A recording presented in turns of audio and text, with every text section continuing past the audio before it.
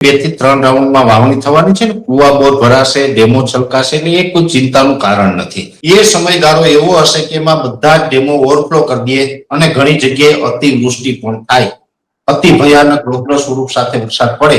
આવા વરસાદની પણ શક્યતાઓ છે, પાણીની કોઈ ચિંતા નથી રહેવાની. વર્ષ ખૂબ સારું થશે 100%. લાંબા ગાળાની મગફળીનું વાવેતર એડવાન્સમાં કરવાનું હોય તો એ બેસ્ટ રહેશે. આવનારું વર્ષ કપાસ માટે કેવું જોઈ રહ્યા છો? આ પ્રકારે વાવેતરનું થોડુંક આયોજન ખેડૂત ભાઈઓ કરી લેશે તો ખેડૂતોને ક્યાંય પાછળથી જે વરસાદ પડતા હોય, છેલ્લા વરસાદ, અને એને કારણે પાથરા પલળે વગેરે નુકસાની જતી હોય છે, એ નુકસાનીમાંથી ખેડૂતો બચી શકે. મગફળી હોય, કપાસ હોય, સોયાબીન હોય, બધા જ માટે હવામાન અનુકૂળ છે, ઉત્પાદન સારું લઈ શકાય એ પ્રકારનું આખું હવામાન રહેવાનું છે. પરેશભાઈ, હવે ખાસ કરીને વાવણીને લઈને વાત કરવી છે. જે ખેડૂતો હોય છે તે આમ તો ખેડૂતોનું જે આપણે લઈને કહેતા હોઈએ છે કે વેરિયા બીજ મેં છૂટા હાથે વાદળ જાણે ને વસુંધરા જાણે, પરંતુ ખેડૂતોનો આપના પરનો વિશ્વાસ અને ખેડૂતો એટલા માટે કહેતા હોય છે કે હજી એક વ્યક્તિ જાણે છે ને એ છે પરેશભાઈ ગોસ્વામી. કારણ કે આપના દ્વારા જે પ્રિડિક્શન આપવામાં આવે છે ને તે મુજબ અનેક ખેડૂતો છે તે ચાલતા હોય છે, લાખો ખેડૂતો આપને જોતા હોય છે. તો ખાસ કરીને આવનારું જે ચોમાસું છે તો અત્યારથી ખેડૂતો છે તે પણ વિચાર કરતા હશે કે શું શું તૈયારીઓ કરવી જોઈએ, ખાસ કરીને કયા પાકો માટે સારું રહેશે, શું આ વખતે નદી નાળા ભરાઈ જશે, શું આ વખતે કુવાઓ છલકાઈ જશે, એ તમામ પ્રશ્નો છે. તો પરેશભાઈ, વાવણીને લઈને શું કહેશો? વાવણીને લઈને મેં આપને જણાવ્યું કે 2 થી 3 રાઉન્ડમાં વાવણી થવાની છે ને, કુવા બોર ભરાશે, ડેમો છલકાશે, એટલે એ કોઈ ચિંતાનું કારણ નથી. ખાસ કરીને વાવેતર કરવું હોય તો ખેડૂતોએ એક કાળજી એ રાખવાની છે કે જ્યારે પણ આપણે એડવાન્સમાં વાવેતર કરીએ, કોઈ ખેડૂત ભાઈને પાણીની વ્યવસ્થા હોય ને ઓરવીને વાવેતર કરતા હોય તો લાંબા ગાળાના પાકના વાવેતર કરવા. કેમ કે ઓક્ટોબરના છેલ્લા અઠવાડિયા સુધી ચોમાસું સક્રિય રહેશે, એક વરસાદ ઓક્ટોબરના છેલ્લા અઠવાડિયામાં પણ જોવા મળશે. એટલે લાંબા ગાળાના જે પાક છે, એટલે કે મગફળી વાવતા હોય તો મગફળીની અંદર G20 છે, GG128 છે, G32 નંબર છે, જેને આપણે BT32 થી ઓળખીએ છીએ. આ બધી મગફળીની જાતો છે ને એ બધી મગફળી લાંબા ગાળાની છે.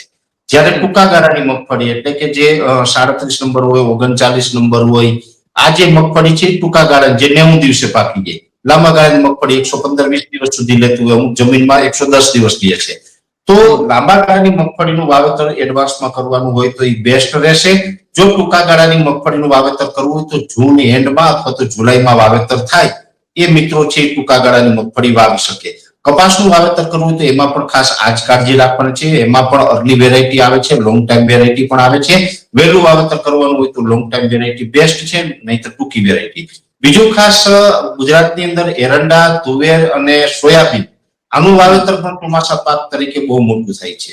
એટલે આ 3 પાક એવા છે કે જે સોયાબીન છે, એરંડા છે, તુવેર છે, એનું વાવેતર ઓગસ્ટ મહિનો છે આપણે બેસ્ટ. એટલે એમાં પણ ખાસ કરીને તુવેર અને એરંડા. સોયાબીન છે જે તમે જુલાઈ મહિનામાં વાવો તો કોઈ ચિંતાનું કારણ નથી, સોયાબીન વાવી શકાય જુલાઈ મહિનાની અંદર. બાકી તો એરંડા ને જે તુવેર છે એ ઓગસ્ટમાં વાવે તો બેસ્ટ રહેશે. એટલે આ પ્રકારે એક વાવેતરનું થોડુંક આયોજન ખેડૂત ભાઈઓ કરી લેશે તો ખેડૂતોને ક્યાંય પાછળથી જે વરસાદ પડતા હોય, છેલ્લા વરસાદ, અને એને કારણે પાથરા પલળે વગેરે નુકસાની જતી હોય છે, એ નુકસાનીમાંથી ખેડૂતો બચી શકે. જી પરેશભાઈ, આમ જોઈએ તો છેલ્લા કેટલાય વર્ષોથી કપાસનું વાવેતર ઓછું થયું છે, તો આવનારું વર્ષ કપાસ માટે કેવું જોઈ રહ્યા છો? વિપાલસિંહભાઈ, વર્ષ બધા પાક માટે સારું રહેવાનું છે. કપાસ માટે પણ સારું રહેશે, મગફળી માટે પણ સારું રહેશે, એમાં કોઈ શંકાને સ્થાન નથી. ખાસ કરીને કપાસનું વાવેતર ઘટવાના 2-3 કારણ બીજા પણ છે. પહેલું તો એક છે કે પિંક બોલ વર્મ, એટલે કે જે ગુલાબી ઈયળનું ઉપદ્રવ. ગુલાબી ઈયળ છે એનું ચોક્કસ કોઈ નિયંત્રણ આમ જોવા જઈએ તો થઈ શકતું નથી, પણ એનું પ્રાકૃતિક ઇલાજ ખેડૂતોએ કરવું જોઈએ. જેવું કે ફેરોમોન ટ્રેપ છે એ લગાવવા. ફેરોમોન ટ્રેપમાં જ્યારે પણ એના એડલ્ટ જ્યારે કેપ્ચર થાય છે ત્યાર પછી આપણે એમાં કોઈ પણ સારી દવાનો સ્પ્રે કરવાની શરૂઆત કરવી જોઈએ.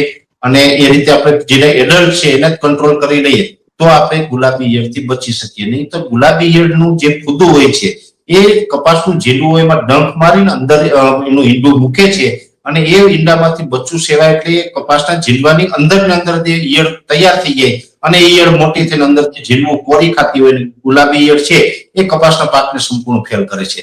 એટલે આ રીતે થોડુંક કાળજી રાખીએ તો ગુલાબી ઈયળનું નિયંત્રણ કરી શકાય છે. બાકી એક બીજું કારણ એ છે કે કપાસના ભાવ. કેમ કે એક તો કપાસમાં ગુલાબી ઈયળના ઉપદ્રવને કારણે નુકસાન જાય એટલે પણ ખેડૂતોએ કપાસનું વાવેતર ઘટાડ્યું. બીજું કારણ છે કે ભાવ. કપાસના ઠીક છે અત્યારે ભાવ છે, પણ અત્યારે જે ભાવ છે મોટા ભાગે વેપારીને લાભ મળશે, ખેડૂત પાસે અત્યારે કપાસ છે નહીં. તો જ્યારે પણ ખેડૂત પાસે કપાસ હોય ત્યારે એક સારા ભાવ મળે તો ચોક્કસથી ખેડૂત છે એ કપાસ પણ વાવે, પણ ભાવ નથી મળતા. અને કપાસ છે એવો પાક છે કે કપાસ લાંબો ટાઈમ ઉભે પછી આપણે શિયાળુ પાક ન કરી શકીએ, શિયાળુ પાક ન કરી શકીએ એટલે 2 સિઝનનું ઉત્પાદન એક સિઝનમાં આવે તો જ પોસાય. એટલે એ દ્રષ્ટિએ પણ થોડુંક પ્રોબ્લેમ વાળું છે. બીજા નંબરની અંદર કપાસનું ઉત્પાદન છે પણ દિવસે ને દિવસે ઘટતું જાય છે. હવે એમાં 2-3 કારણ છે ઉત્પાદન ઘટવાનું. એક તો ખેતરનું જે કહેવાય ને કે વારંવાર એક ને એક પાક કરતા હોય તો પાક ક્યારેક આપણે ચેન્જ પણ કરવો જોઈએ. અને બીજા નંબરની અંદર દેશી ખાતર છે ને એ રેગ્યુલર પડવું જોઈએ. જો દેશી ખાતર નો આપીને રાસાયણિક ખાતરથી ખેતી કરતા હોય તો કપાસનું નહીં કોઈ પણ પાકનું ઉત્પાદન છે ધીમે ધીમે ઘટવાનું છે. જો કે કપાસની અંદર થોડીક વહેલી અસર થઈ જાય છે, બીજા પાકમાં ઓછી અસર થતી હોય છે.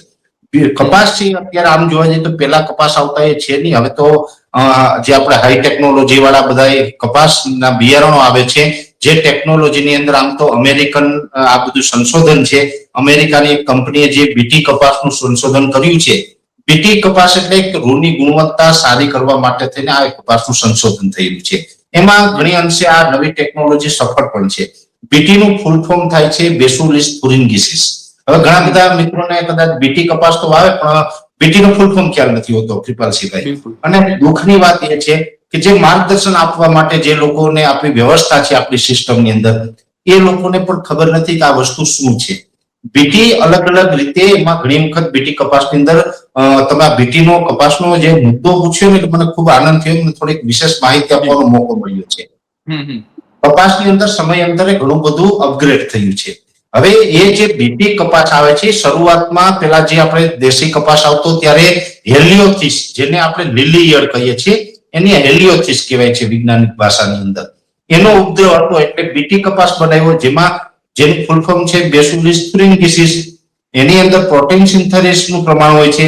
હવે પ્રોટીન સિન્થેસિસ નું પ્રમાણ હોય છે એટલે જ્યારે પણ ગુલાબી ઈયળનું ફૂટું છે એને તો ખબર નથી કે આ બીટી કપાસ છે કે કોઈ બીજો છોડ, એ તો ગમે ત્યાં ઈંડું મૂકે. હવે લીલી ઈયળનું બચ્ચું હોય ઈંડામાંથી બહાર નીકળીને તરત ખોરાક લેવાનું ચાલુ કરે. હવે ઈંડામાંથી બહાર નીકળીને તરત કપાસનું અંદરથી ખોરાક લેવાનું ચાલુ કરશે, કપાસનું પાંદ ખાશે એટલે એમાં પ્રોટીન સિન્થેસિસનું પ્રમાણ વધારે છે. એને પચે નહીં એટલે એ બચ્ચું મરી જાય. એટલે આપણે ક્યારે નરી આંખે ઈયળ દેખાય નહીં, બચ્ચા એમાં આવે છે પણ જન્મીને તરત જ મૃત્યુ પામે છે. એટલે આપણે લીલી ઈયળથી રક્ષણ મળે. જો કે આ પણ બીટી ટેકનોલોજીની અંદર સ્પષ્ટ એ વાત ચોક્કસ છે કે એ પ્રમાણ છે 40 થી 50 દિવસ સુધી અસર કરતા છે. લીલી ઈયળ છે કપાસની શરૂઆતનો સ્ટેજ હોય 40 થી 50 દિવસનો કપાસ થાય ત્યાં સુધી એ ઈયળને કંટ્રોલ કરે છે.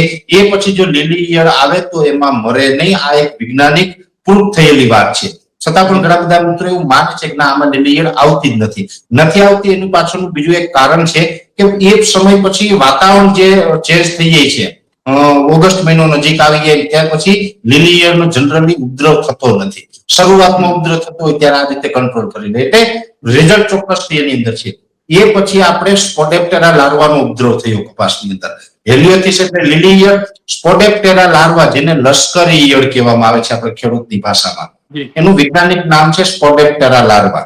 હવે સ્પોડેપ્ટેરા લાર્વાનો ઉપદ્રવ થતો હતો એ પછી એનો કોઈ ઈલાજ નહોતો એટલે બીટી BG2 એટલે કે આ જે સેકન્ડ ગ્રેડ નું આખી 2 જનરેશન છે, સેકન્ડ જનરેશન, જેની અંદર લીલી ઈયળ અને સ્પોડેપ્ટેરા લાર્વા બંનેને આપણે કંટ્રોલ કરી શકીએ એવી ટેકનોલોજી વિકસાવી. એ પછી હમણાં ઘણી જગ્યાએ આપણે જોઈએ છે કે રૂવાટીવાળા પાંદડા વગેરે, કાબરી ઈયળ છે, લીલી ઈયળ છે, લશ્કરી ઈયળ છે, તમામના નિયંત્રણ થયા. ઘણી જગ્યાએ અત્યારે BT 4G આવી ગયા એટલે કે 4th જનરેશન. જે લીલી ઈયળને કંટ્રોલ કરતું હતું એ માત્ર બીટી કપાસ હતો, પછી BT2 આવ્યો, 3, હવે 4. હવે 4 ને 5 જનરેશન પણ આવી ગઈ. પણ હવે એને સરકારી માન્યતા છે. એની સરકારી માન્યતા ન હોય એટલે કાયદેસર કાયદા મુજબ વેચાણ કરી ન શકાય. 4G કપાસ આવે એને પણ સરકારની માન્યતા હજુ મળી નથી. ઠીક છે, સરકાર કદાચ ભવિષ્યમાં આપે એ વાત અલગ છે, અત્યારે મળી નથી. પણ ઘણા બધા વૈજ્ઞાનિકોનો દાવો છે ને અત્યારે બિનકાયદેસર વિધાઉટ બિલમાં એવા બિયારણો વેચાય પણ છે. હું તો ખેડૂત ભાઈઓને એક અપીલ એ પણ કરવા માંગુ તમારા માધ્યમથી કે આ રીતના કોઈ બિલ વગરના કપાસ કે વગેરે બિયારણો વેચાતા હોય એ ખરીદવા ન જોઈએ. એટલા માટે ન ખરીદવા જોઈએ કે એની ગુણવત્તાની કોઈ એમાં ખાતરી નથી હોતી. બિલકુલ. અને બિલ વગર પછી ઘણી વખત ખેડૂતો છેતરાય, નબળું બિયારણ નીકળે, ડુપ્લિકેટ નીકળે, આવી છેતરપિંડી પણ ઘણી જગ્યાએ થાય છે. એટલે બિલ વગરનું કોઈ માલ છે ખેડૂતોએ ન લેવો જોઈએ. નહીંતર તો અત્યારે ગુલાબી ઈયળને કંટ્રોલ કરે એવી પણ ઘણી બધી વેરાયટીઓ સરકારની માન્યતા વગર ઘણા લોકોએ બજારમાં મૂકી પણ દીધી છે. મેં જોઈ છે, રિઝલ્ટ ઘણી જગ્યાએ છે, પણ હવે એ બધું એટલું બધું વિશ્વાસપાત્ર નથી. એટલે આ રીતે આખું બીટીનું માળખું ચાલતું હતું. સમયાંતરે ઘણા બધા એમાં ચડાવ ઉતાર આવ્યા છે. એને કારણે કપાસનું ઉત્પાદન પણ આપણે ઘણી જગ્યાએ ઘટ્યું છે. પણ આ વર્ષે હવામાનની દ્રષ્ટિએ હું આપને એટલું ચોક્કસ કહી શકું કૃપાલસિંહભાઈ, મગફળી હોય, કપાસ હોય, સોયાબીન હોય, બધા જ માટે હવામાન અનુકૂળ છે. ઉત્પાદન સારું લઈ શકાય એ પ્રકારનું આખું હવામાન રહેવાનું છે. ટેકનોલોજી ઠીક છે, ટેકનોલોજી છે, કેમ કે આ ટેકનોલોજીના ફાયદા હોય, સામે ગેરફાયદા ઘણા બધા હોય. કેમ કે અમે તો વારંવાર પ્રાકૃતિક ખેતીની પણ વાત કરવા વાળા છે. એક મુદ્દો મારે આપના માધ્યમથી એક પણ મૂકવો છે. ઘણા બધા મિત્રો છે ને, ખેડૂતો છે, દવા છંટકાવ કરતા હોય પણ એની કેટલી ગંભીર અસર છે એ નથી ખબર હોતી. હવે હું એક ઉદાહરણ આપું કે કપાસ હોય, મગફળી હોય, કોઈ પણ પાક હોય, એમાં લીલી પોપટી આવે છે, જેને આપણે કહીએ ને ભાઈ જે સકિંગ પેસ્ટ એટલે કે ચૂસિયા દીવાલ, એ કોઈ પણ પાક હોય એમાં પાનમાં દાંતથી ઘસરકા પાડે છે અને એનો પાનનો રસ ચૂસે. પાનનો રસ ચૂસાઈ જાય એટલે છોડ ઝાંખો પડી, એ નબળો પડી જતો હોય. એટલે લીલી પોપટીને મારવા માટેની પછી કેમિકલ પેસ્ટિસાઇડમાં ઘણી બધી દવાઓ આવતી હોય છે. હવે એક કન્ટેન એવું આવે છે જે કેટલું ભયાનક છે. ખેડૂતો હજારો લીટર આપણા ગુજરાતમાં જ વાપરી નાખે છે. એ લીલી પોપટીને મારતું નથી, જેની ખેડૂતોએ ખાસ ગંભીર નોંધ લેવી. લીલી પોપટીને મારતું નથી પણ કંટ્રોલ આપે છે. કેવી રીતે કંટ્રોલ આપે? તો કે કૃપાલસિંહભાઈ, લીલી પોપટીનો જ્યારે એટેક થાય એટલે આપણા ખેતરમાં 15-20 દિવસ સુધી લીલી પોપટી દેખાય. પણ લીલી પોપટીનું આયુષ્ય 2 થી 2.5 દિવસનું. 2 થી 2.5 દિવસ હોય, પણ એની બીજી જનરેશન આવે, ત્રીજી જનરેશન આવે, 10મી આવે, 15મી આવે, એમ અલગ અલગ કેટલી પેઢી આવી ગઈ 15 દિવસમાં. હવે 2 થી 2.5 દિવસનું આયુષ્ય છે. ઇમિડાક્લોપ્રિડ આપણે છંટકાવ કરીએ એટલે એ લીલી પોપટીને મારે નહીં, પણ એને તમામને નપુંસક કરી નાખે. નપુંસક કરી નાખે, પોતાનું 2 દિવસનું આયુષ્ય છે, 2 દિવસ પછી મરી જાય. પોતે નપુંસક થયું છે એટલે નવી જનરેશનને જન્મ નથી આપતો. એટલે આપણે એમ લાગે કે 2 દિવસમાં લીલી પોપટી આ દવાથી બધી જ મરી ગઈ. પણ આ રીતે કંટ્રોલ કરે, મારતું નથી, એ નપુંસક કરે છે ને એની પેઢી અટકાવે એટલે ખેતરમાં આવતી નથી દેખાતી. પણ જે રીતે આ જીવાત ઉપર અસર કરે છે એવી જ રીતે દવા છાંટનાર માણસને, ખેડૂતને અસર કરે છે. એટલે આ ખૂબ ગંભીર રીતે તમને દેખાશે નહીં, ડરી આંખે તમને એનું રિએક્શન નહીં દેખાય, પણ સમાજ ઉપર આની બહુ મોટી અસર પડે છે. આ એક કન્ટેનની વાત થઈ, આવા તો હજારો કન્ટેનો આપણા દેશમાં છે અને હજારો કન્ટેનો વિશે આપણે 2-2 કલાક ચર્ચા કરી શકીએ એવી ગંભીર બાબતો છે. એટલે ખાસ કહું છું કે આવી બધી બાબતોનું ખેડૂતો ધ્યાન રાખો. ચોમાસું આવી રહ્યું છે, તમે બધા ખેતી કરશો, દવાઓનો છંટકાવ પણ કરશો, પણ આમાં ઘણી બધી આવી આપણે સાઈડ ઇફેક્ટો પણ આવતી હોય છે. આવું બધું બચો અને પ્રાકૃતિક ખેતી ઉપર આવો.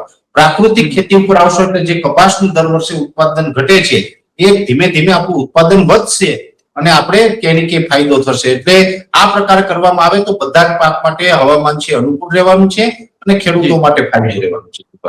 પરેશભાઈ, અંતિમ પ્રશ્ન છે ખાસ કરીને. પરેશભાઈ, એવો વરસાદ પડશે શું કે નદી નાળા ને કુવા બોર છલકાઈ જાય અને ખાસ કરીને એક સિઝન લઈ શકાશે કે આપણે આગળ પણ સિઝન લઈ શકાય તેવો વરસાદ પડી જશે?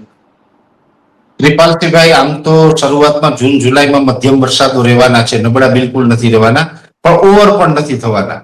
પણ 15 ઓગસ્ટ પછીથી સારું ચોમાસું જામશે. એમાં કદાચ એવું બની શકે કે ઓગસ્ટ એન્ડ અથવા તો સપ્ટેમ્બરના શરૂઆતના દિવસોમાં એ સમયગાળો એવો હશે કે એમાં બધા જ ડેમો ઓવરફ્લો કરી દે અને ઘણી જગ્યાએ અતિવૃષ્ટિ પણ થાય. અતિ ભયાનક રૌદ્ર સ્વરૂપ સાથે વરસાદ પડે. આવા વરસાદની પણ શક્યતાઓ છે. પાણીની કોઈ ચિંતા નથી રહેવાની. વર્ષ ખૂબ સારું થશે 100%. જી પરેશભાઈ, બીજી સિઝન પણ શું લઈ શકાશે? બિલકુલ બીજી સિઝન. આમ તો મેં આપણે કીધું ને 3 સિઝન લેશે ખેડૂત. એક તો આપણે ચોમાસુ પાક છે, શિયાળુ પાક પણ લઈ શકશે, પાણીની વ્યવસ્થા હશે અને ઘણા વિસ્તારમાં ખેડૂતો છે એ સમયસર હાર્વેસ્ટિંગ થશે તો ઉનાળુ પાક પણ લેશે. એટલે 3 સિઝન લઈ શકાશે એવું કોઈ ચિંતાનું કારણ નથી આમાં. તો આ તો હતો હવામાન નિષ્ણાંત પરેશભાઈ ગોસ્વામી. પરેશભાઈ જે રીતે વાવણીને લઈને આપણી સાથે મહત્વની વાત કરી છે, ખાસ કરીને જે 2026નું ચોમાસું છે તે કેવું રહેશે, તેમાં વાવણી કેવી થશે, કયા પાકો છે તેના માટે આવનારું વર્ષ સારું રહેશે, કેટલી સિઝન લઈ શકાશે, તે તમામને લઈને પરેશભાઈ આપણી સાથે વાત કરી છે. તો હાલ તો બસ આટલું. ફરી મળતા રહીશું વાત ગુજરાતી પર.